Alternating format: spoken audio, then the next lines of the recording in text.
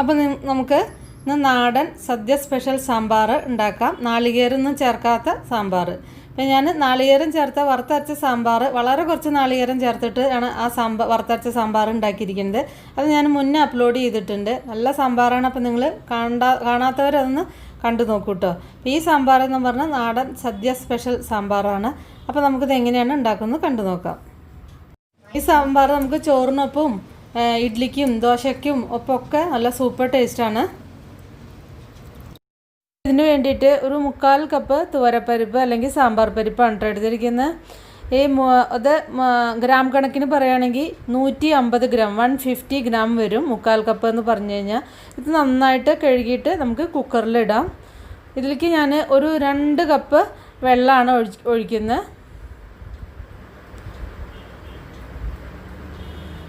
2 cup വെള്ളം ഒഴിച്ചിട്ട് അതിലേക്ക് 1 സ്പൂൺ വെളിച്ചെണ്ണ ഒഴിക്കണം.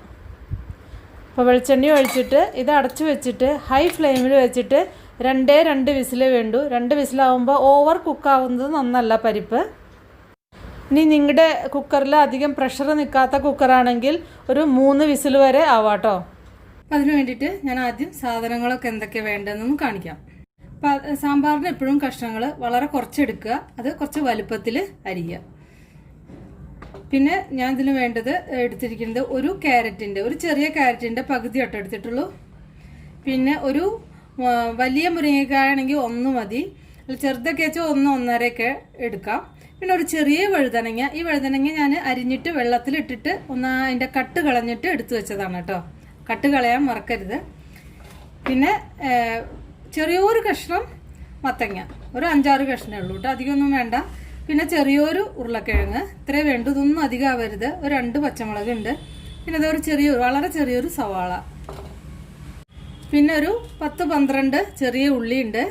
പിന്നെ ഒരു 4 വെണ്ടയ്ക്ക ഉണ്ട്. 4-5 വെണ്ടയ്ക്ക. ഞാനിപ്പോൾ ഒരു 4 എടുത്തിരിക്കുന്നത്, വലുതാണ്. ഒരു 12 ചെറിയ ഉള്ളി. 3 തക്കാളി എടുക്കുക കേട്ടോ. ഒരു മീഡിയം സൈസുള്ള 3 തക്കാളി ആവാം. നെല്ലിക്ക വലുപ്പത്തിലുള്ള പുളി വെള്ളത്തിലിട്ട് വെച്ചിരിക്കുകയാണ് ഞാൻ. പിന്നെ എപ്പോഴും പുളി നിങ്ങൾ ഉപയോഗിക്കുന്ന തക്കാളിയുടെയൊക്കെ ആ പുളിക്ക് അനുസരിച്ച് അഡ്ജസ്റ്റ് ചെയ്യണം കേട്ടോ. അപ്പോൾ നമ്മൾ നോക്കുക, വേണമെങ്കിൽ കൂട്ടിയും കുറച്ചൊക്കെ നിങ്ങൾക്ക് ഉപയോഗിക്കാം. പുളി എപ്പോഴും അങ്ങനെ കറക്റ്റായിട്ട് പറയുന്നതിനേക്കാൾ നല്ലത് ഓരോരുത്തരും ഇഷ്ടത്തിനനുസരിച്ച് യൂസ് ചെയ്യുകയാണ്.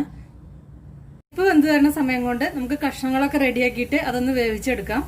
അപ്പോൾ കഷ്ണങ്ങൾ ഒന്ന് വഴറ്റിയെടുക്കണം. അതിന് വേണ്ടിയിട്ട് ഞങ്ങൾ ജസ്റ്റ് ഒന്ന് വഴറ്റിയെടുക്കാം. ഒരു ടീസ്പൂൺ എണ്ണ ഒഴിച്ചിട്ട് മതി. സവാള അതേപോലെ വലിയ കഷ്ണങ്ങളാക്കി എടുക്കുക കേട്ടോ. ചെറിയ കഷ്ണങ്ങൾ. വിസിൽ വന്നതാണ്.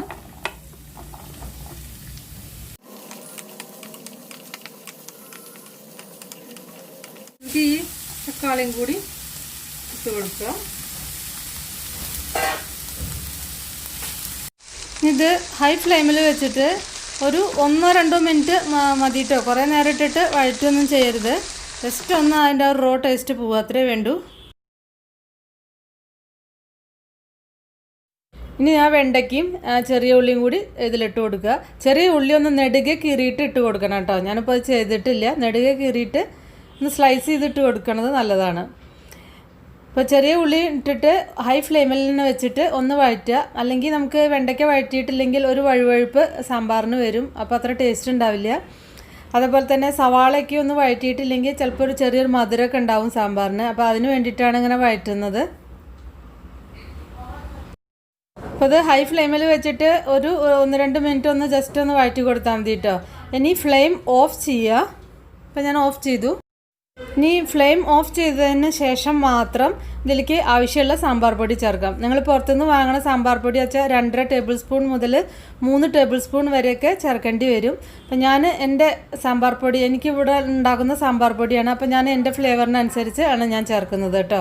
അപ്പം നിങ്ങൾ അതിനനുസരിച്ച് ഫ്ലേവറിനനുസരിച്ച് സാമ്പാർ പൊടി ചേർക്കുക. നന്നായിട്ട് ഒന്ന് ആ ചൂടിൽ കിടന്നിട്ട് ഒന്ന് ചൂടാവുക മാത്രമേ വേണ്ടൂ. അപ്പോൾ ഫ്ലെയിം ഓഫ് ചെയ്തിട്ട് മാത്രം ചേർത്താൽ മതി. ഞാൻ പുളിയും അത് കൂടെ കുറച്ച് വെള്ളം കൂടി ചേർത്ത്, ഒരു 3 കപ്പ് വെള്ളം കൂടിയും ചേർത്തിട്ട് ഞാനിപ്പോൾ അത് അടുപ്പത്ത് വെച്ചിരിക്കുന്നു. ഇതിലേക്ക് നമുക്ക് ഈ കഷ്ണങ്ങൾ, വെണ്ടയ്ക്കയും ആ ചെറിയ ഉള്ളിയില്ലേ, അത് ഒഴുകിയിട്ടുള്ള ബാക്കിയുള്ള കഷ്ണങ്ങളൊക്കെ ഇതിലേക്ക് ചേർക്കാം. അപ്പം നിങ്ങൾക്ക് ഇഷ്ടമുള്ള വെജിറ്റബിൾസ് ഒക്കെ അതിൽ ചേർക്കാം. ചേന ചേർക്കാം, അതേപോലെ കൊത്തമര ചേർക്കാം. അതൊക്കെ നല്ല ടേസ്റ്റാണ് സാമ്പാറിന്. പക്ഷെ ഒന്ന് മാത്രം ശ്രദ്ധിച്ചാൽ മതി, കഷ്ണം കൂടി പോണ്ട. ഇതിലേക്ക് കുറച്ച് മഞ്ഞൾപ്പൊടി, ഒരു 1/2 ടീസ്പൂൺ മഞ്ഞൾപ്പൊടി ചേർക്കാം. മുളക് പൊടി 1 ടീസ്പൂൺ. അത് എരിവിനനുസരിച്ച് കേട്ടോ ചേർക്കുക. ഞാൻ ഉപയോഗിക്കുന്നത് എരിവില്ലാത്തതാണ്, അപ്പം അതിനനുസരിച്ചാണ് ഞാൻ ചേർക്കുന്നത്. അതിലേക്ക് ഇനി ആവശ്യത്തിന് ഉപ്പ് ചേർക്കുക. ഇനിയിപ്പോൾ ഞാൻ ഇതുപോലത്തെ പാത്രത്തിലാണ് വേവിക്കുന്നത്. ഇത് വെന്ത് കിട്ടാൻ അധികം ടൈമൊന്നുമില്ല. നമ്മളിങ്ങനെ പുളിയിൽ കഷ്ണം വേവിക്കുമ്പോൾ പിന്നെ പ്രത്യേക ഒരു ടേസ്റ്റാണ് സാമ്പാറിന്. പിന്നെ ഈ പുളി കുറേ ഇങ്ങനെ വെന്തിട്ട് ആ പുളിയുടെ അത് പോണം, ആ ചീത്ത ഗുണങ്ങളൊക്കെ പോണം. അങ്ങനെ പുളി വേവിക്കണം എന്നാണ് പറയുക. നമ്മൾ പുളിയഞ്ചി ഉണ്ടാക്കുമ്പോഴും സാമ്പാർ ഉണ്ടാക്കുമ്പോഴും ഒക്കെ അത് പുളി നല്ല വേവണം, അല്ലെങ്കിൽ അത് നമ്മളുടെ വയറിന് ഭയങ്കര ദോഷമാണെന്നാണ് പറയുക. അപ്പോൾ പുളി കഷ്ണം കൂടിയിട്ട് വെന്തിട്ട് ഈ പുളി കഷ്ണത്തിലേക്ക് പിടിക്കുകയും ചെയ്യും, പുളി നല്ല വേവുകയും ചെയ്യും. അതാണ് ഇതിൻ്റെ ഗുണം. ഇപ്പം നിങ്ങൾക്ക് പെട്ടെന്ന് കുക്ക് ചെയ്യണമെങ്കിൽ ഇത് ഇതേപോലെ കുക്കറിലേക്ക് അങ്ങോട്ട് മാറ്റിയിട്ട് ഒരൊറ്റ വിസിൽ ചെയ്താൽ മതിയാവും.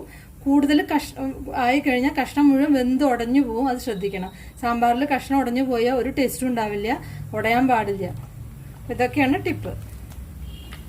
ഞാനിപ്പോൾ ഇതുപോലത്തെ ഒരു ഇതിലാണ് പിന്നെ വെക്കുന്നത്. ഇനി ഇതൊന്ന് വേവട്ടെ.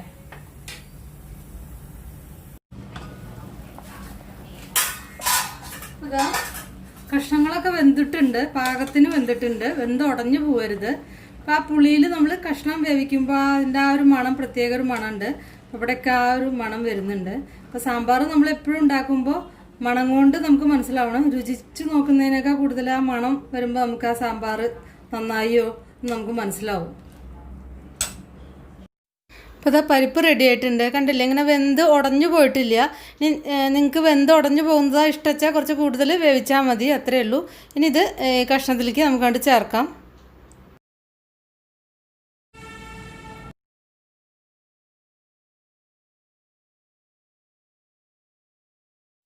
ഇതാ പരിപ്പ് ഇതിലേക്ക് ചേർത്തിട്ട് നന്നായിട്ട് മിക്സ് ചെയ്തിട്ട് തിള വന്നതിൻ്റെ ശേഷം ഒന്ന് ഫ്ലെയിം കുറച്ച് വയ്ക്കുക.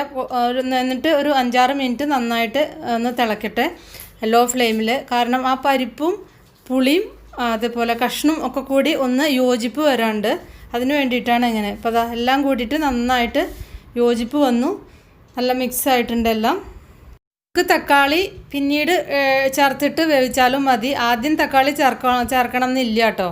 ഇപ്പോൾ ഞാൻ ആ വെണ്ടയ്ക്കും സാമ്പാർ പൊടിയൊക്കെ ഇതിൽ ചേർത്തിട്ട് ജസ്റ്റ് തിള വരുമ്പോൾ നമുക്കിത് ഓഫ് ചെയ്യാം. ഇപ്പോൾ ഇത് ജസ്റ്റ് തിള വന്നു, ഞാൻ ഓഫ് ചെയ്തു കേട്ടോ, ഫ്ലെയിമൊക്കെ ഓഫ് ചെയ്തു. ഇനി ഇതിലേക്ക് ഒരു ലേശം ശർക്കര ചേർക്കുക. ചെറിയൊരു കഷ്ണം ശർക്കര ചേർത്താൽ മതി, ആ ടേസ്റ്റ് ഒന്ന് ബാലൻസ് ചെയ്യാൻ വേണ്ടിയിട്ട്. എന്നിട്ട് നന്നായിട്ടൊന്ന് മിക്സ് ചെയ്യുക. അപ്പോൾ ഈ സാമ്പാറിൻ്റെ ഫ്ലേവർ പറഞ്ഞാൽ അതിൽ ചേർക്കുന്ന സാമ്പാർ പൊടി നല്ല ഫ്ലേവറുള്ള സാമ്പാർ പൊടി ആണെങ്കിൽ മാത്രമേ അതിനാ കറക്റ്റ് ആ ടേസ്റ്റും ഫ്ലേവറൊക്കെ കിട്ടുള്ളൂ കേട്ടോ. ലേശം മല്ലിയില ഇട്ട് കൊടുക്കാം. 2 കറിവേപ്പിൻ്റെ ഇലയും ഒന്ന് പൊട്ടിച്ചിട്ട് കൊടുക്കാം. ഇനി നമുക്ക് വറവിലിടാം. അതിന് ഞാൻ ആ വെണ്ടയ്ക്കും സാമ്പാർ പൊടിയൊക്കെ വറുത്ത അതേ പാനിൽ തന്നെയാണ് വറുത്തിടുന്നത്, കഴുകിയിട്ടൊന്നുമില്ല. അതിലേക്ക് വെളിച്ചെണ്ണ ഒഴിച്ചു, കടുക് ഇട്ടു, ഒരു 1/4 ടീസ്പൂൺ ഉലുവ, 1 ടീസ്പൂൺ കടുക് ചേർത്തിട്ട് പൊട്ടിയതിന് ശേഷം ഒരു 2-3 ഉണക്കമുളക് ഇടുക. ഉണക്കമുളക് ഇട്ടതിൻ്റെ ശേഷം ഫ്ലെയിം ഓഫ് ചെയ്യണം കേട്ടോ, അല്ലെങ്കിൽ കരിഞ്ഞു പോവും. ഫ്ലെയിം ഓഫ് ചെയ്തതിൻ്റെ ശേഷം മാത്രം കറിവേപ്പില ചേർക്കുക, അല്ലെങ്കിൽ കറിവേപ്പില പിന്നെ കരിഞ്ഞു പോവും. അപ്പോൾ ഈ സമയത്ത് നിങ്ങൾക്ക് നിങ്ങളുടെ സാമ്പാർ പൊടി ഫ്ലേവറൊക്കെ അധികം കുറവാണെങ്കിൽ ഒരു ലേശം കായം ചേർക്കുക. കായം കരിഞ്ഞു പോകരുത്, കയ്പ്പരസം വരും. പോയി ഒരു നുള്ളു കായപ്പൊടിയും കൂടി ചേർത്തിട്ട് ഈ സാമ്പാറിലേക്ക് ഇടുക. എന്നിട്ട് ഈ സാമ്പാറിൽ നിന്ന് കുറച്ചെടുത്തിട്ട് നമ്മൾ ആ പാനിലേക്ക് തന്നെ ഒഴിച്ചിട്ട് സാമ്പാർ ഒഴിച്ചിട്ട് ഇങ്ങനെ ഒഴിച്ചു കഴിഞ്ഞാൽ നല്ലൊരു ടേസ്റ്റാണ് സാമ്പാറിന്. എപ്പോഴും നമ്മൾ ആ തടുക്ക പാനിലേക്ക് കുറച്ച് കറി ഒഴിച്ചിട്ട് ഇതുപോലെ ഒഴിക്കണം.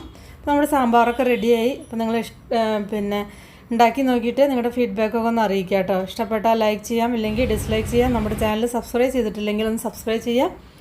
അതുപോലെ തന്നെ എൻ്റെ ഫേസ്ബുക്ക് പേജ് ഉണ്ട്, അതൊന്ന് ലൈക്ക് ചെയ്യാനും ഫോളോ ചെയ്യാനൊന്നും മറക്കരുത് കേട്ടോ. അപ്പോൾ നമുക്ക് വേറെ ഈസി റെസിപ്പി വീണ്ടും കാണാം. Thank you.